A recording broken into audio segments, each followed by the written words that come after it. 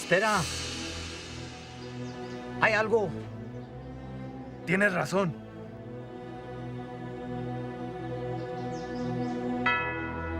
Tráeme el padre.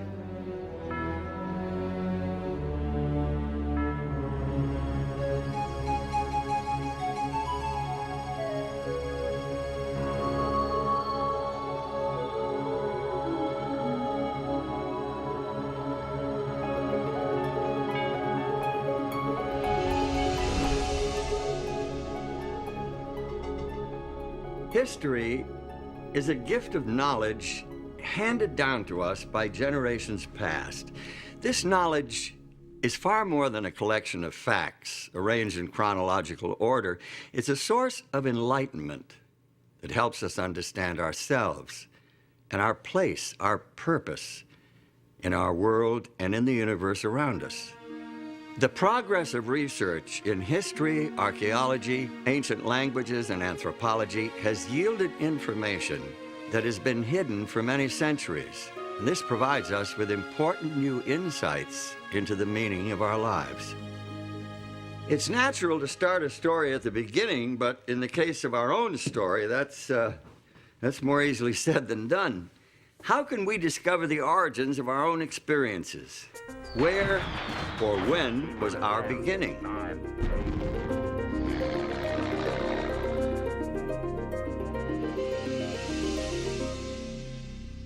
The ancient Babylonians left us one of the oldest myths about human origins. It's an epic creation poem that was written sometime during the 2nd millennium BC. It's called the Enuma Elish, which translated means, when on high. When on high the heaven had not been named, firm ground below had not been called by name, not but primordial Apsu their begetter, and Mumu Tiamat, she who bore them all, their waters commingling as a single body. According to the experts, the ancient Babylonians believed that Apsu represents sweet water and Tiamat salt water. At the beginning of creation, the two had not yet been separated. Mingled together as they were, they possessed within them the seeds of life. They brought forth generations of gods who, in the course of time, created man. The Navajo and Pueblo Indians of North America share a traditional view of several separate creations. The Aztecs of Old Mexico had a similar belief. The god Quetzalcoatl invented people, molding them from ash. A great flood came, and all the people became fish. The Creator tried again, but there was a complete eclipse of the sun, and in the darkness, all the people were killed and eaten by jaguars. A rain of volcanic fire and ash destroyed the third creation. The fourth attempt was foiled when the world was ravaged by a violent hurricane and people turned into apes.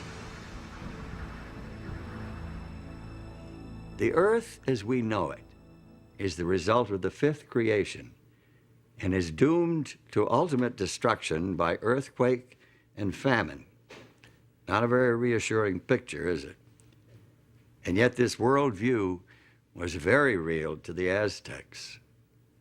This is all depicted in the famous Sunstone, perhaps the single most important artifact from the Aztec civilization. Created in the 15th century, it weighs in at over 25 tons. Very substantial evidence of their view of beginnings. It's all there, carved in stone. But does it accurately portray our beginnings? Best-selling Swiss writer Erich von Däniken has 16 books to his credit.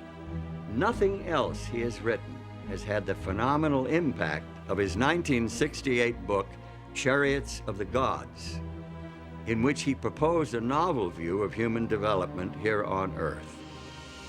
Dim as yet undefinable ages ago, an unknown spaceship discovered our planet.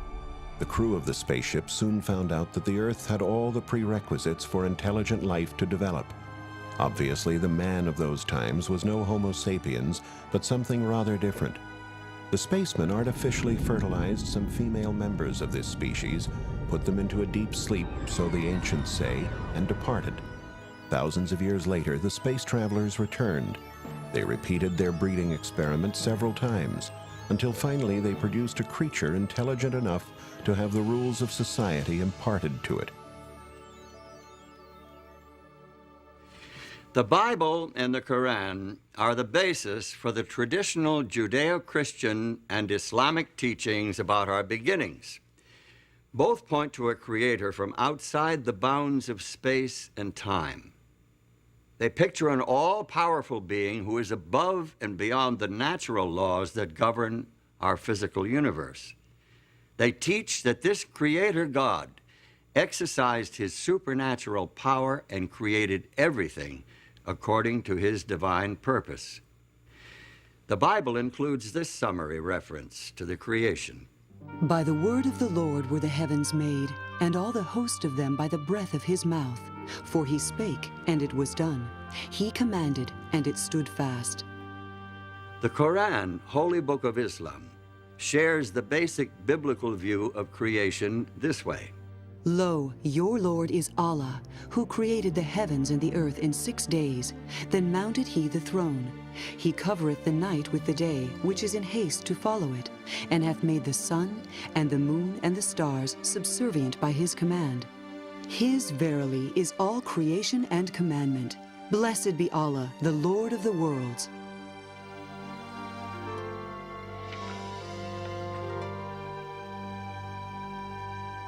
By the early 1800s, some scientists were proposing new theories regarding the origin of life on Earth, theories that conflicted with traditional creationism. In December of 1831, the HMS Beagle set sail from England on a 5-year round-the-world voyage. Aboard this survey ship as an unpaid naturalist was 22-year-old Charles Darwin. Darwin's observations and conclusions would revolutionize the conventional view of origins. Their idea was that God had created specifically for each environment the animals and plants that fit into it. Well, if that was true, then one oceanic island ought to resemble another oceanic island. And what Darwin found was that the oceanic islands didn't look anything alike. The species that were on the oceanic islands were similar to the nearest continent, not to other oceanic islands. Darwin's most significant discoveries took place in the Galapagos Islands, more than 1,000 kilometers, about 600 miles off the west coast of Ecuador. Darwin discovered animal species that were unique to that archipelago. He also noted distinct variations between similar animals on different islands. He came back one day having picked up a tortoise shell from the island that he had been visiting, and the fellow who lived there and was staying at the main population center said, "Oh, you've been to," and named the island he'd been to, and he was floored. He said, "How do you know where I've been?" And he says, "Because that tortoise came from the island." And he says, "How do you know that?" And he said, "Because each island has a specially shaped tortoise, and I can recognize them." And that just blew his socks off. Darwin's observations ultimately led to the development of his theory of natural selection and the publication in 1859 of his book on the origin of species. The first edition was sold out the first day, and 5 subsequent editions with revisions were to follow. Often referred to as the book that shook the world, it helped pioneer modern scientific thought about our origins. Today, science is defined at the beginning as a materialistic process. And that's a tribute to Darwinism. I mean, that's what he brought to us, was that we had escaped essentially from God. Using Darwin's theories of evolution as a starting point, scientists and philosophers have developed their own answers to questions about beginnings. Today, there are many variations on Darwin's theme. Among evolutionary scientists, the Big Bang theory has been widely accepted as a beginning point for the story of our universe as we know it. This theory suggests that all the matter that now exists in the universe is derived from a tightly compressed, incredibly hot mass of subatomic particles that exploded something like 10 or 15 billion years ago. That tremendous blast of creative energy set the universe in motion and eventually gave birth to galaxies and stars and planets, and ultimately to every form of life and matter within the universe. The way scientists today talk about this, the Big Bang really is the whole universe, and that it is really space itself which is expanding and creating new space in the course of time. If we think of ourselves in a way as kind of being able to look at the universe from some extra dimension, it perhaps would appear as the tremendous explosion starting out from a single point. The theory of evolution teaches that life on Earth has evolved over vast periods of time, with simple single-celled forms developing into complex organisms purely by blind chance, through a process of trial and error. It was this process that Charles Darwin called natural selection. And he said, essentially, that there were 4 steps. He said, first of all, variation exists. No two individuals in a population are ever exactly alike. Secondly, that every population overproduces. More young come into existence in one year than can possibly live until the next year. So that leads to the struggle for existence, the competition, and then survival of the ones that are the fittest. The fittest are simply those that have variations that give them an advantage. And the last thing was that the variations are inherited, so that the ones that live reproduce, and their offspring are more likely to have these fit variations. Are we the unplanned and accidental result of evolution through natural selection? Or are we the handiwork of a supreme being, the Allah of the Quran and the God of the Bible? Do we owe our existence to the Aztec or Babylonian gods, or to some alien creatures from outer space? What is the truth about our origin?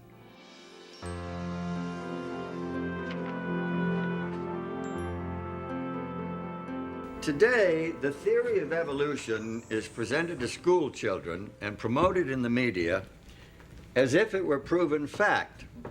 The truth of the matter is, however, the theory of evolution is just that, a theory.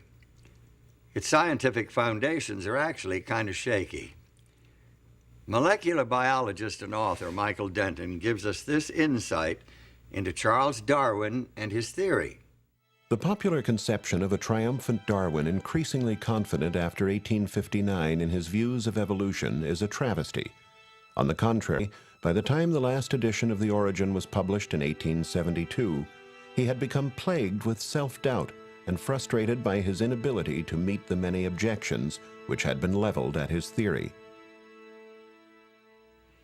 Darwin's theory of natural selection could not be thoroughly tested in his day due to the limitations of the scientific equipment available at that time. Today's scientists are able to study the complicated systems within even the simplest single-cell organisms. Many people think of single cells as being less complex than multicellular organisms. Darwin thought so, and he thought that the first organism was a cell. Darwin can be excused for thinking so because the equipment to look inside the cell and see what was going on just didn't exist then. Now that we have it, we look inside the cell and we find enormous complexity. Amoebas move like we move. They don't have muscles, they have microfilaments. We digest our food, we do respiration, but so does the amoeba. They're much smaller than we are. They don't have but one cell, but they do all of the things we do, and they're just as complex.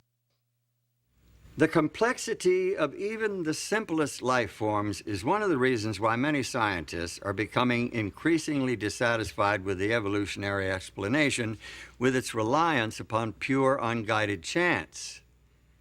There's good reason for scientists to question the power of chance. Take a look at this simple demonstration. You see what I mean. Now, here are 3 blocks, numbered 1, 2, 3. There are 6 possible combinations of these 3 numbers. Now, I'll put the blocks into this box. and shake it up.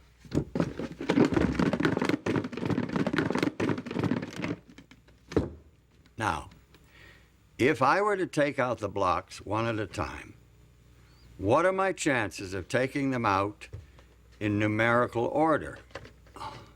Well, I can expect to draw out the numbers 1, 2, and 3 in that order on an average of once in every 6 attempts.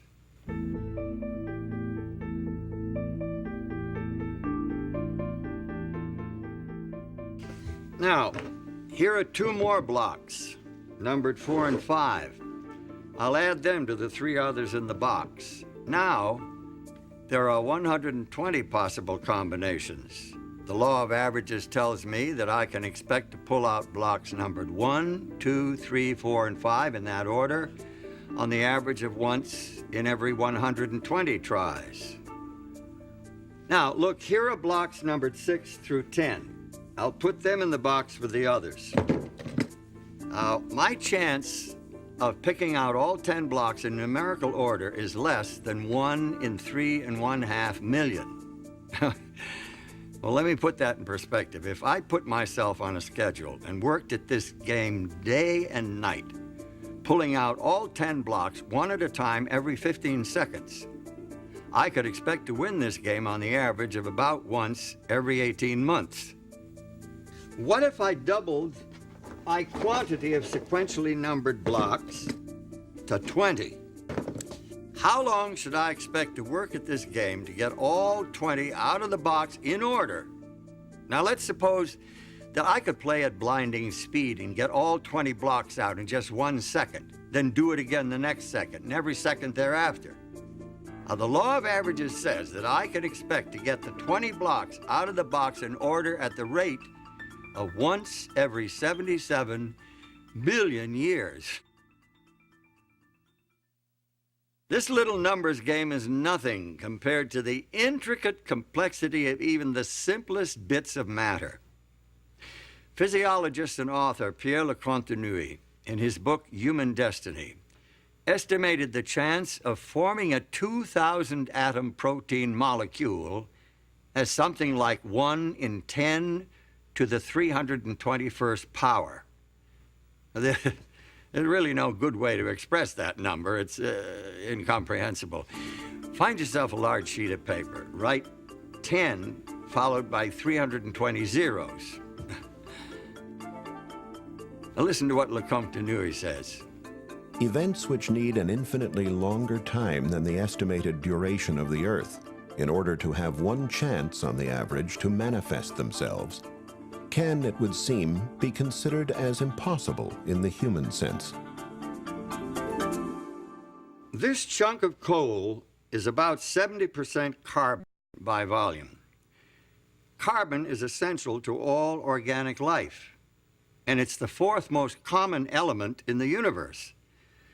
Yet this very ordinary element is extremely complex.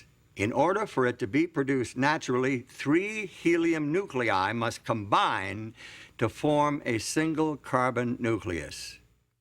But we have found that the conditions needed for that to happen are really very precise. In other words, that if the balance of forces in the atomic nucleus were very slightly different, that reaction would not be able to take place in order to form enough carbon to be of any significance. Men who discovered this, the way in which this reaction takes place to form carbon, and who found the conditions that were necessary for it to take place was Fred Hoyle, who is one of the great astrophysicists and cosmologists of this century. Hoyle was very skeptical about religion. At the time, at least, he was an atheist. Some supercalculating intellect must have designed the properties of the carbon atom. Otherwise, the chance of my finding such an atom through the blind forces of nature would be utterly minuscule. A common-sense interpretation of the facts suggests that a superintellect has monkeyed with physics as well as with chemistry and biology. The numbers one calculates from the facts seem to me so overwhelming as to put this conclusion almost beyond question. It seems that evolution through a long series of random unguided mutations is a practical impossibility. This fact casts a cloud of doubt over the entire evolutionary scenario. Scientists are now looking for shortcuts, miraculous jumps out of the realm of chance. Many are frankly awed by their discoveries, finding more and more clear evidence of intelligent design in nature.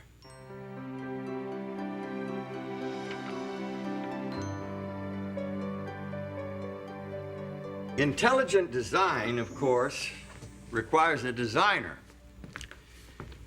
And the clearest portrayal of a designer and his work is found here in the Bible. The creation account itself records a systematic progression of creative acts culminating in the creation of man. The Hebrew prophet Jeremiah emphasizes this intelligent design when he writes about the Creator. He hath made the earth by his power. He hath established the world by his wisdom, and hath stretched out the heavens by his discretion. Biblical creation theology does not attempt to provide a scientific description of God's creative acts. Instead, it suggests the meaning, the purpose, the goal of creation. Through faith, we understand that the worlds were framed by the word of God, so that things which are seen were not made of things which do appear. I think the most important thing about this verse, as far as our understanding of creation is concerned, is that seeing the universe as creation is a matter of faith rather than of scientific knowledge. That is, that we can understand the universe in detail by scientific investigation, but we see it as the creation of God because of our personal trust and confidence in God. Now, perhaps some of us have been too quick to discard this old book as an irrelevant collection of useless fables and legends and traditions. Its value lies far beyond the realm of science. It deals with concepts that cannot be analyzed in a laboratory. It addresses many questions that science cannot answer. That is, science can talk about how the universe behaves, how things take place within the universe. It cannot explain why something exists rather than nothing. That is, it cannot really explain the fundamental question of existence. Could it be that the neglected pages of Scripture actually offer accurate insights into our origins? If so, we're not here by accident. We must see ourselves as a part of a Creator's design. There must be a plan, some real purpose for our existence. And God said, "Let us make man in our image, after our likeness, and let them have dominion over the fish of the sea, and over the fowl of the air, and over the cattle, and over all the earth, and over every creeping thing that creepeth upon the earth." The creation story depicts God as having great ambitions, high hopes for the human race. People were created in the image of their Maker. In their original innocence, they had direct communication with God, an intimate, personal, face-to-face relationship with their Creator.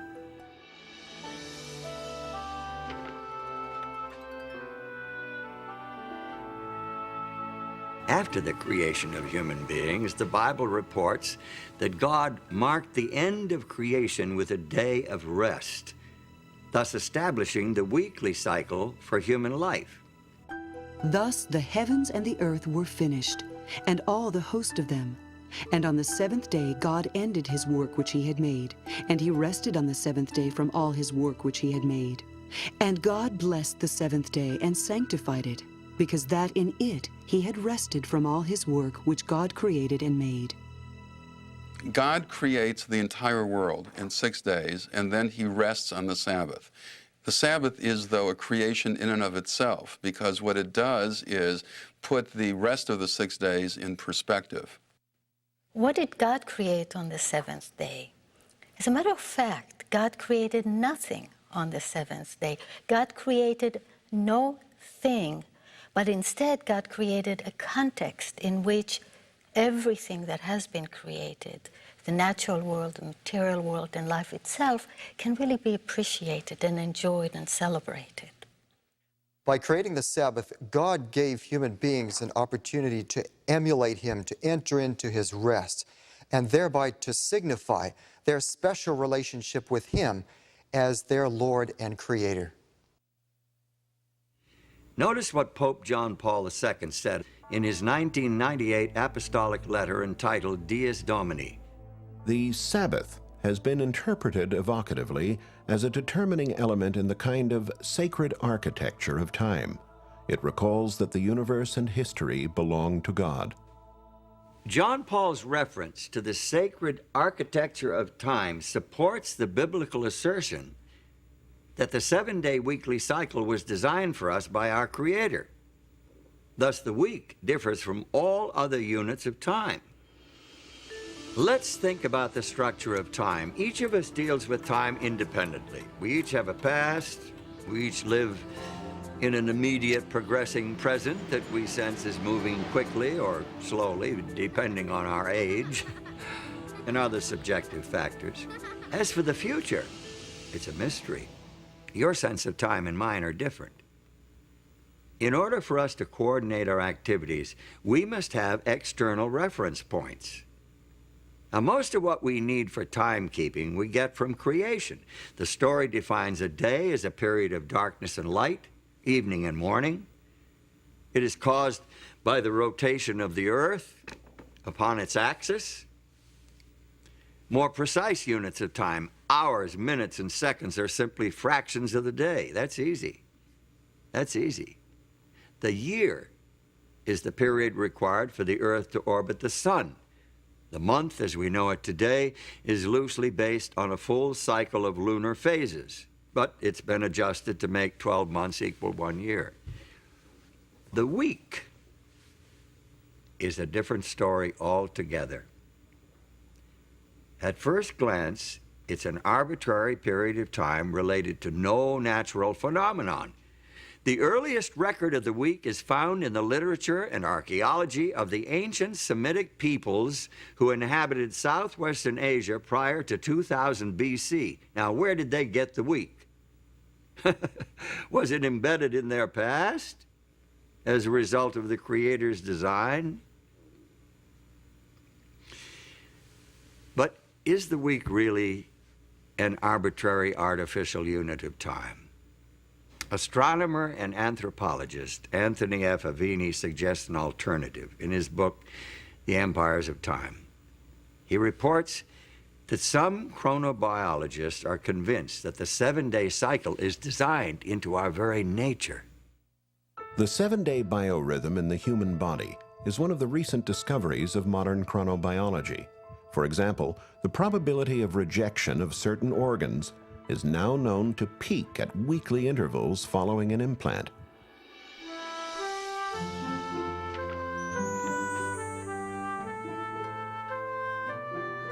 The widespread acceptance of the 7-day week over thousands of years of history is additional evidence supporting the divine origin of the weekly cycle. But if the week of Genesis has survived the thousands of years since the original creation week, why has recognition of the Creator not been preserved just as successfully? Well, the book of Genesis provides the answer as to the downfall of the human family. In fact, if you read Genesis 6:5, you'll see that the Bible says the thoughts of humanity were evil continually. So God decided to clean the world up, sent a flood. And the flood was 40 days upon the earth. And the waters increased and bare up the ark, and it was lifted up above the earth. And the waters prevailed exceedingly upon the earth, and all the high hills that were under the whole heaven were covered. In spite of this dramatic demonstration of God's power and his displeasure with people not following his way, mankind soon forgot again, and they started to build idols to themselves instead of worshiping God. And the whole idea of the weekly cycle, which showed 6 days of work and a Sabbath, was forgotten. And what mankind did was incorporate the weekly cycle into astrological tables instead of remembering the God of creation. About 2,000 years before Christ, there lived in the Chaldean city of Ur a man who is claimed by all three of the world's great monotheistic religions, Judaism, Christianity, and Islam, as one of their primary founders. In the biblical account, Abram, later renamed Abraham, is a key player in God's plan to win back the hearts of the human family and revive a knowledge of the Creator. Abraham's religion stood out in sharp contrast to the petty idolatry and trivial superstition of his neighbors.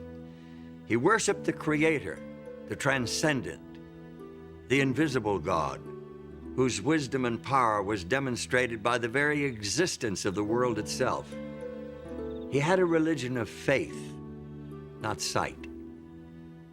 He had a direct relationship with his Maker. According to the Old Testament report, the Creator God revealed the principles of his relationship with the human race in 10 commandments engraved on stone tablets. These commandments were entrusted to Abraham's descendants, the Israelites, as a blessing to share with all nations of the world. Remember the Sabbath day to keep it holy. 6 days shalt thou labor and do all thy work, but the seventh day is the Sabbath of the Lord thy God. In it thou shalt not do any work, thou, nor thy son, nor thy daughter, thy manservant, nor thy maidservant, nor thy cattle, nor thy stranger that is within thy gates. For in 6 days the Lord made heaven and earth, the sea, and all that in them is, and rested the seventh day. Wherefore the Lord blessed the Sabbath day and hallowed it.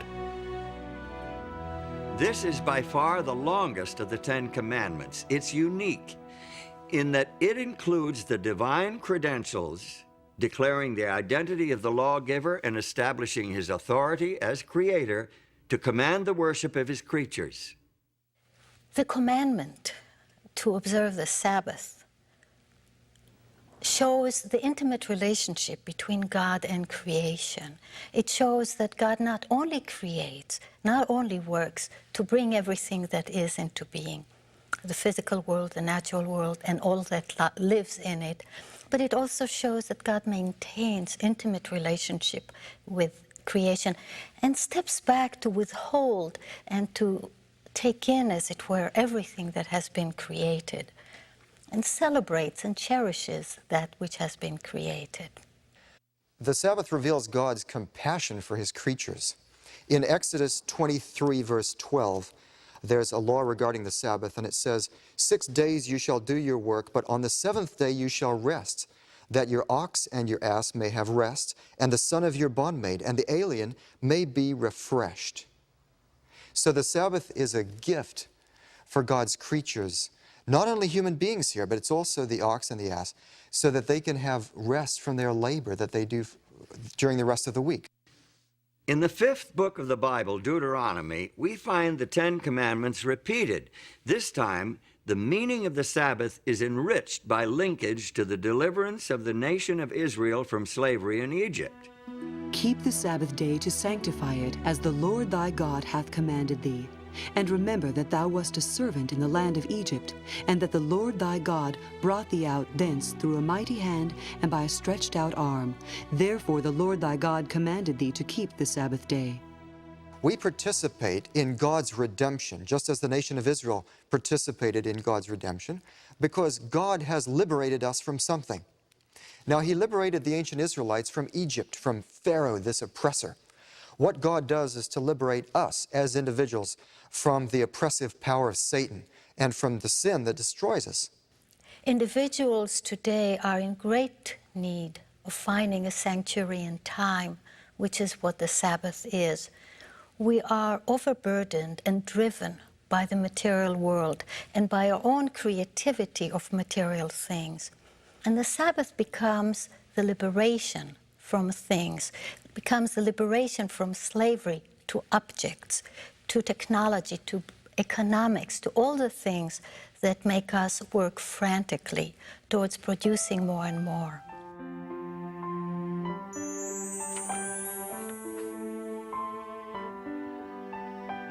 since the seventh-day Sabbath has such rich meaning, and since it is part of the Ten Commandments, why is it not more widely observed today?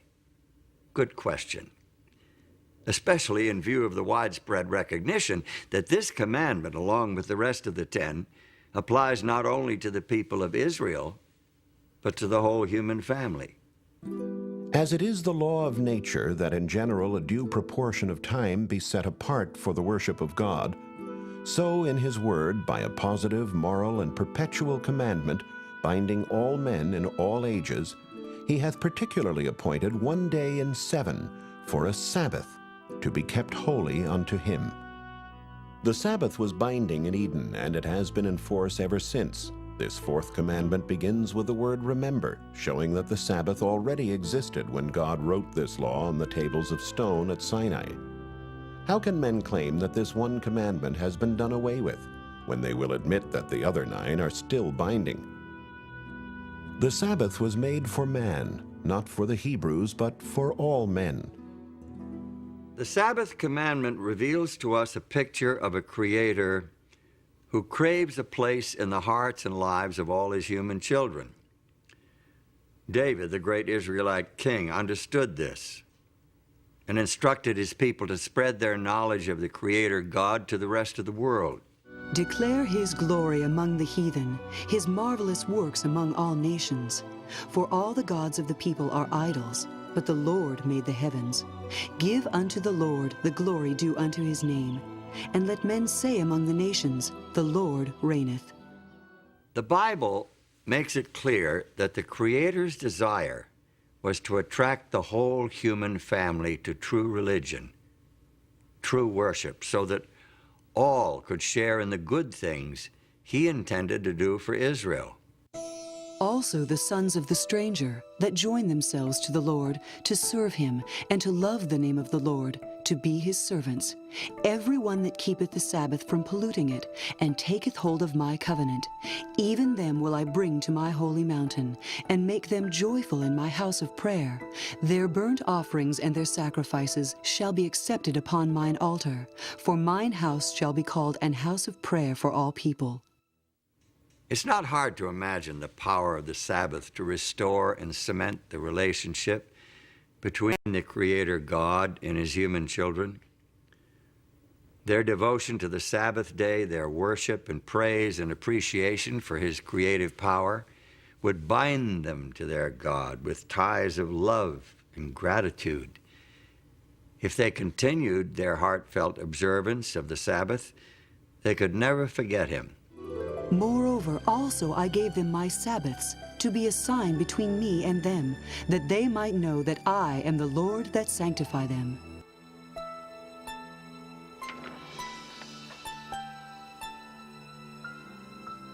To those who honored the Sabbath of God, the day took on deep personal meaning.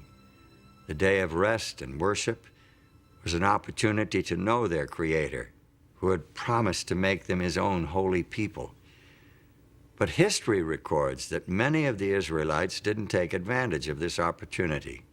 There's evidence in the prophets, for example, Isaiah, that the Sabbath was poorly observed and neglected.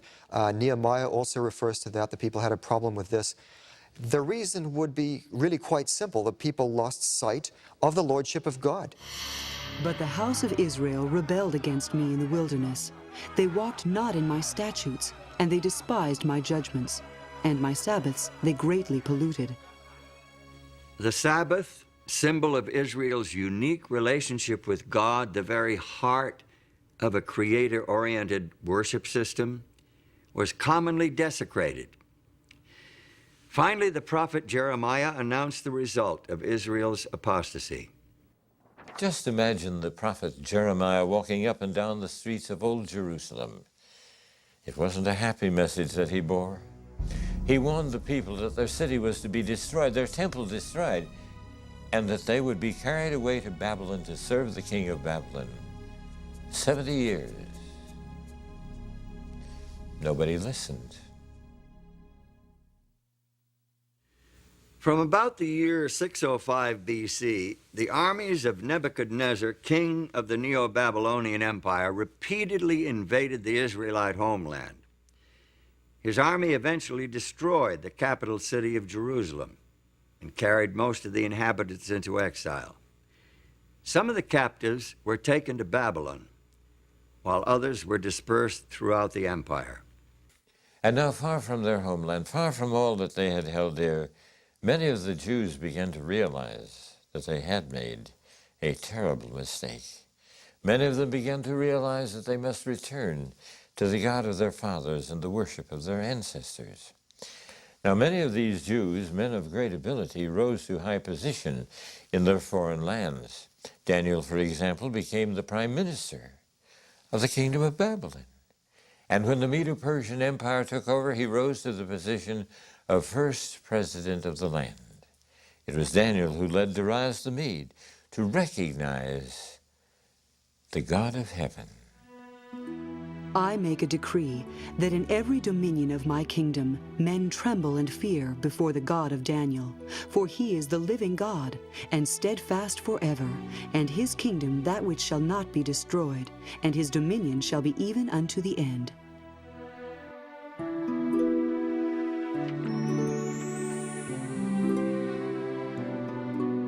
There is evidence to suggest that the religion of the exiled nation became so well known that it influenced the philosophical and religious movements of the following century. Buddha, Zoroaster, Confucius, and Pythagoras all seem to have adopted elements of the Hebrew religion. For example, although there are no holy days in Buddhism today, evidently Sabbath, or Upasatha, was a part of that religion early on.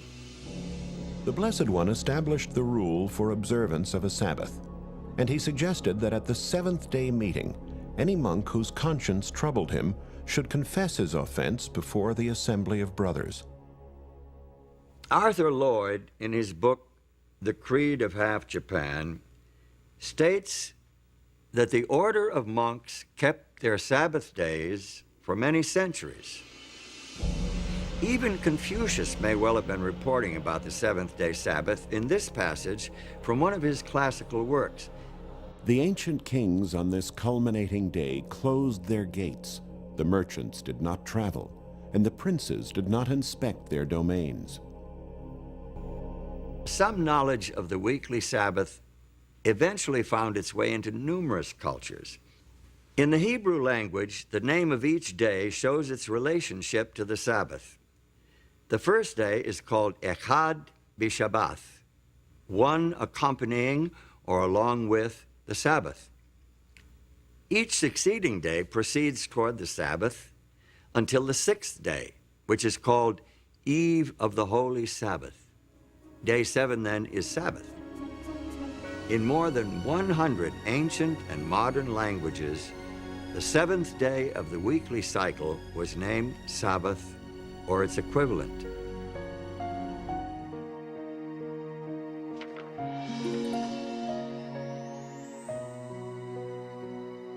So, it seems that in their exile, at least some of the Jews succeeded where their nation had failed during times of peace and prosperity.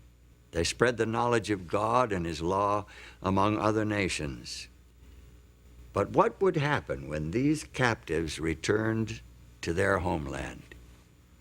Would they maintain the worship of the true God, or would they revert to the practices of previous generations? We find an answer in the story of Nehemiah. Nehemiah did not return to Jerusalem when the others went, but when one came telling the state of affairs. This news so saddened Nehemiah that he says he actually sat down and wept.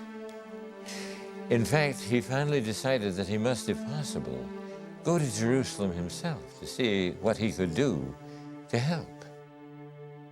Nehemiah was a capable and energetic leader. He successfully directed the reconstruction in the city of Jerusalem, but he didn't stop there. He was a zealous reformer with a burden for restoring the spiritual life of his people. because he saw Sabbath breaking as a reason for the years of captivity. He was particularly devoted to preserving the sanctity of the holy day. He discovered that the people were buying and selling on the Sabbath day. Well, he said, we can't do this sort of thing. This is the reason why we were sent into captivity. And when the merchants still continued to come, he ordered the gates barred on the Sabbath day. And when they still continued to come and camp outside the gates of the city, he threatened to have them arrested. A priest named Ezra assisted Nehemiah in his work. He exerted a strong influence on the spiritual life of the Jews of his day. Ezra taught the people God's laws and led a spiritual revival and reformation based on the inspired scriptures. The people joined together in a solemn oath to obey the commandments that God had given through Moses. They promised not to desecrate the Sabbath by entering into commerce on that day. They observed the holy day so carefully and consistently that Sabbath keeping became a distinctive characteristic of their nation.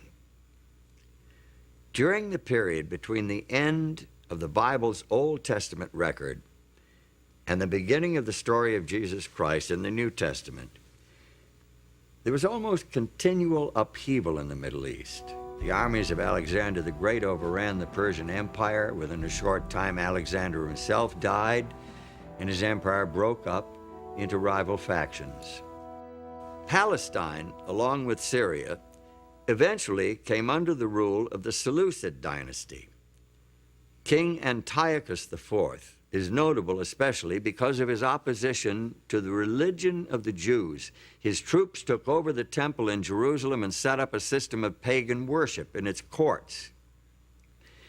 Josephus, the famous chronicler of Jewish history, tells us that Antiochus tried to stamp out all visible evidence of the Jews' spiritual identity. So he sent emissaries to Jerusalem, declaring, they must tear down the altar of Jehovah. They must give up the worship of the Sabbath. So they gathered themselves together, fled to the wilderness, and there they found a cave that could accommodate their numbers, about 1,000. Now when it was told the king's servants that certain men who had broken the king's commandment were gone down into the secret places in the wilderness, they pursued after them a great number, and having overtaken them, they camped against them, and made war against them on the Sabbath day. And they said unto them, Come forth, and ye shall live. But they said, We will not come forth, neither will we do the king's commandment to profane the Sabbath day. And they burnt them as they were in the caves, because they were not willing to break in upon the honor they owed the Sabbath, even in such distresses. There were about 1,000 with their wives and children, who were smothered and died in these caves. The martyrdom of those Jewish patriots in the days of Antiochus IV is a great testimony to the power of their beliefs. Their God and his Sabbath meant more to them than life itself. Their sacrifice was a victory of faith. The Old Testament, supported by the evidence of history, language, and culture, establishes the Sabbath as a sacred memorial to the creative and redemptive work of God. It declares the Sabbath to be a sign of the intimate relationship between the Creator and those who worship him, a day of rest and worship that can bind the hearts of human beings to the heart of their Creator. When early Christians inherited the Sabbath, the teachings of Jesus Christ and his disciples served to emphasize and enrich its meaning, magnifying its importance. Today, for many Jews and Christians alike, it is still a central point of spiritual life and worship. To this day, it remains a defining element in the sacred architecture of time.